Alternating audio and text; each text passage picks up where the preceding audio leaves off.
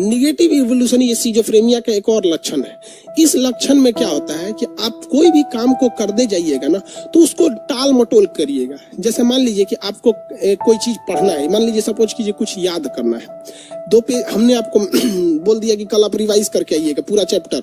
आप जाएंगे रिवाइज करने, सोचेंगे रुको थोड़ा सा मुंह धुल लेते हैं, जाएंगे मुंह धुलने, एक बोतल लेके पानी बैठ जाएंगे, थोड़ा सा पढ़ेंगे, फिर पानी पिएंगे, पेशाब लग जाएगा, पेशाब करने जाएंगे, कहेंगे थोड़ा सा मोबाइल देख लेते हैं, व्हाट्सअप देख लेते हैं, व्हाट्सअप पे गए, थोड़ा सा देखने के लिए आधा घंटा हो गया, तब तक मैं कोनो लिंक दे दिया, व्हाट्सअप से घुस गए, लिंक पे क्लिक करके यूट्यूब पर, अब यूट्यूब पे सर्च करेंगे, आपका दिमाग कहेगा अरे यार छोड़ना इसको, आप कहेंगे अरे थोड़ा सा और, फिर दिमाग कहेगा यार पढ़ना है, टाइम नहीं है, अरे थोड़ा सा और, तो फेसबुक पे कोई नोटिफिकेशन इस पे चल जाए। ऐसे करते करते करते करते आप अपने टाइम बहुत ज्यादा लॉस कर देंगे। और आपके दिमाग का एक हिस्सा है जो डेली आपको बोलता है यार तुम गलत करते हो।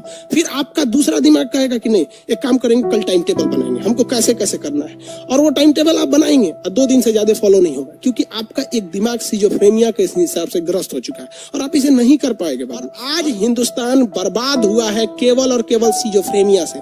और हमारे देश का जो ये आपका शिक्षा मंत्रालय है या फिर जो स्वास्थ्य मंत्रालय है, इनको कोई मतलब नहीं बनता है कि स्टूडेंट्स किस समस्या से पीड़ित हो रहा है, और टीचर भी इसको एज ए टॉपिक पढ़ा के चले जाते हैं। ये एज ए टॉपिक नहीं है बाबू, ये आपके लिए एक एटम बम है, आपकी जिंदगी को बर्बाद कर रहा है। इसमें से किसी ना किसी को लेके आप कहीं ना कहीं जूझ रहे हैं। इसमें अगर देखिए समझ रहे हैं कि नहीं आ रहा है जी, इसमें क्या बोला सर जी, जो भूत खेलते आ रहे यार, ये सब बीमारी है। निगेटिव इवोल्यूशन बहुत होता है, आई हैव निगेटिव इवोल्यूशन, चलिए जाके इलाज करा लो। निगेटिव इवोल्यूशन में थोड़ा सा में सही हो जाता है। निगेटिव इवोल्यूशन में आप किसी भी काम को नहीं कर पाते हैं। जैसे निगेटिव इवोल्यूशन का एक और एग्जांपल देते हैं। आज से 2 या 4 साल पहले आप दिन में 8 घंटे पढ़ लेते होंगे, 6 घंटे पढ़ लेते होंगे बहुत बेहतरीन ढंग से, लेकिन आज आप उतना नहीं पढ़ के उससे कम पढ़ ले रहे हैं। ये हो जाता है। एक आदमी थे यूट्यूब पे वीडियो बनाते थे, हम उसको बताएंगे नहीं, हालांकि बहुत अच्छे थे वो, 8-10 मिलियन उनके सब्सक्राइबर हैं। तो यूट्यूब वालों को अपने से थोड़ा सा जान पहचान रहता है, तो हमसे फोन किए, कहीं जानते हैं खान सर हमको एक प्रॉब्लम है, पहले हम दिन में 4-4 वीडियो अपलोड कर लेते थे और ड्यूटी भी कर लेते थे सब कुछ। आज लॉकडाउन में कोई काम नहीं है, लेकिन बमुश्किल हम 2 दिन में 1 वीडियो अपलोड कर पाते हैं। हम कहे कि काम ज्यादा करते हो, कहे सर कोई काम नहीं करते हैं, लेटते हैं तो तकिया को 3 बार मोड़ लेते हैं ऐसे, और सोचते सोचते दिन निकल जाता है कि ये करना है, ऐसे करना है, बर्बाद कर देंगे, आगे जाके ये करेंगे, ये वो दुनिया भर काम के। भैया आप चुपचाप इलाज करा लो, आपको क्या है निगेटिव इवोल्यूशन है। 2 महीना दवा खाया सही हो गया, अब धड़ाधड़ बना रहा हूँ। कभी किसी व्यक्ति अगर आपको अपना समझ के कोई पर्सनल बात बताए ना, तो उसे किसी और से बताइएगा नहीं। ये लड़कों से कह रहे हैं, लड़कियों से कोई फर्क नहीं पड़ता है वहां पे। लड़की से अगर कुछ कह दीजिएगा ना कि सुनो ये बात जरूरी है, किसी से बताना नहीं, वो पूरे मोहल्ले को बता देगी, और उससे भी यही कहेगी कि किसी से बताना नहीं। पूरे एरिया की लड़कियों को पता चल जाएगा कि क्या बात है और क्या, और सबके साथ ये भी रहेगा कि किसी को बताना नहीं, किसी को नहीं बताना है, किसी को नहीं बताना, सबको बता, किसी से बताना नहीं, किसी से बताना नहीं। इसलिए लड़कियां अगर किसी बात को छिपा लेंगी, ये इस दुनिया का 8वां अजूबा हो जाएगा। निगेटिव इवोल्यूशन समझ में आ रहा है? इसमें से आप लोग ग्रस्त होंगे। लोग यहाँ पर कोई 6 घंटा पढ़ता होगा, अब वो पढ़ ही नहीं पा रहा है, टेंशन में, तो याद करता हो यार हम कितने ज्यादा पढ़ाई करते थे, ये है वो बहुत ज्यादा हो जाता है। समझ में आ गया? ये सारी की सारी लक्षण सिजोफ्रेनिया का है, और किसी भी व्यक्ति में ये सारा नहीं दिखता है, कोई एक दिखता है जिसे वो मामूली हेडेक या डिप्रेशन कह के निकाल देता है। और निकालो बबुआ, ये जितना जल्दी इलाज करोगे उतना कम दवा खाना पड़ेगा। और अगर ये बीमारी यार किसी में 15-15 साल से है, आप जान के तजुब करिए, कोई लड़का में ये बीमारियां होती हैं, निगेटिव इवोल्यूशन या अकेले में बात करना, ये कक्षा 5 से वो करते आ रहा है।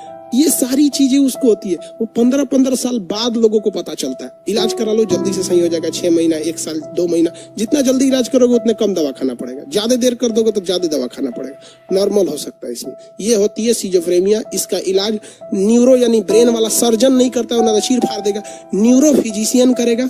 और उसे कहिएगा कि सर हमें सिजोफ्रेनिया है, और उसको कहिएगा देखिए सर हमको कोई आवाज नहीं सुनाई देता है, हमको कोई डाउट शक नहीं रहता है, या फिर हम अकेले में बात करते हैं तो बताइएगा ये चीजें, तो डॉक्टर आराम से आपका इलाज कर लेगा। उसको लगेगा नहीं पढ़ा लिखा इंसान है, वो समझ जाएगा खान सर का स्टूडेंट है। किसी को दिक्कत है सिजोफ्रेनिया में कोई डाउट नहीं है। कल यही समझा रहे थे, नौटंकी कर रहा था सर। अब बताओ किसको क्या दिक्कत है? सर हम श्योर हो गए निगेटिव इवोल्यूशन देखो बबुआ यार, तुम लोग पागल हो क्या? कह रहा है कि सर निगेटिव एवोल्यूशन भी जेनेटिक्स होता है क्या? यार ये सारा चीज सिजोफ्रेनिया का हिस्सा है। ये A to Z चीजें किसकी हिस्सा है? सिजोफ्रेनिया का। कोई अलग से थोड़ी बता रहे हैं हम, या फिर वो हेलुसिनेशन और डिल्यूशन अकेले में बात करना, ये सारा का सारा चीज जेनेटिक्स होता है।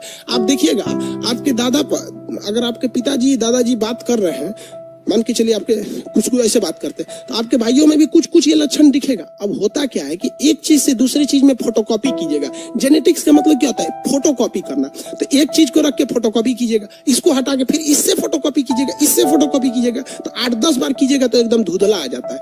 तो वो कंप्लीट वो लक्षण नहीं आता है। जेनेटिक्स का मतलब क्या होता है? फोटोकॉपी करना, हर बार पेज बदल के फोटोकॉपी करना। मान लीजिए आपके पिताजी में है तो वो ओरिजिनल हो गए, उससे फोटोकॉपी कीजिएगा तो आप में ज्यादा आएगा। अब पिताजी को हटा दीजिए, अब आपका फोटोकॉपी जाएगा, लड़के में वो थोड़ा और कम होगा और कम होगा, इसे 8वें पीढ़ी में जाके खत्म हो जाता है। Genetics is not more than but is like a photocopy machine. Understand sir? Pregnant lady के साथ भी होता है भाई, हो सकता है प्रेग्नेंट लेडी में ये नियम नहीं लगता है, क्योंकि एक प्रेग्नेंट लेडी का मतलब क्या होता है? वो अकेले तो है नहीं, उसके साथ 2 लोग हैं, तो उसमें कुछ अलग ही हो जाते हैं सब। उसको कमजोरी वगैरह हो जाता है, तो वो एक अलग मैटर है। अरे बकलोलवा सूरज कुमार बोल रहे हैं कि इसका क्योर क्या है? भैया हम डॉक्टर थोड़े हैं यार। आप समझो यार, इसका स्पेशलिस्ट डॉक्टर होता है, 6 साल की पढ़ाई करता है। हम तो आपको ये डॉक्टर से मिलकर बता रहे हैं, ये हमको खुद नहीं उतना इसके बारे में पता था, हमें ये बात एक डॉक्टर ने बताया तो हम आपको बता रहे हैं। हम कहेंगे भाई बढ़िया बात है, ये तो स्टूडेंट्स के लिए अच्छी है, आप बता दीजिए। हम उन डॉक्टर को फीस दिए, उनको लगा कि हम इलाज करने आए हैं। हम इलाज नहीं कराना था हमको। हम उनसे ये पूछे कि भैया हमने ऑफलाइन बच्चों को पढ़ाया है, हम ये सारी चीजों को देखें। मेरी पटना में सबसे बड़ी लाइब्रेरी है, रात में वो लाइब्रेरी चलती थी तो मोबाइल से ही CCTV कैमरा अटैच रहता है। आज आप कहीं भी रहिए, कहीं के कैमरा को देख सकते हैं, आपके पास बस उसका पासवर्ड रहना चाहिए। हम देखते थे कि लड़का न मोबाइल लिया है न कुछ, टहल रहा है रात में 2 बजे, बात कर रहा है किससे? अरे भैया मोबाइल रहता है तब ना, तो हम समझे यहाँ पे तो डॉक्टर को हम फीस दे के ये सब चीजें पूछे। तो ये बेहतर एक अच्छे से डॉक्टर से मिलिएगा। और देखिए ब्रेन के मैटर पे कोई छोटा मोटा डॉक्टर नहीं, आपको अगर ब्रेन से रिलेटेड है तो दिल्ली आ जाइए, अच्छा है, एम्स वगैरह में दिखा लीजिए ऑनलाइन अपॉइंटमेंट लेके। समझ में आ रहा है?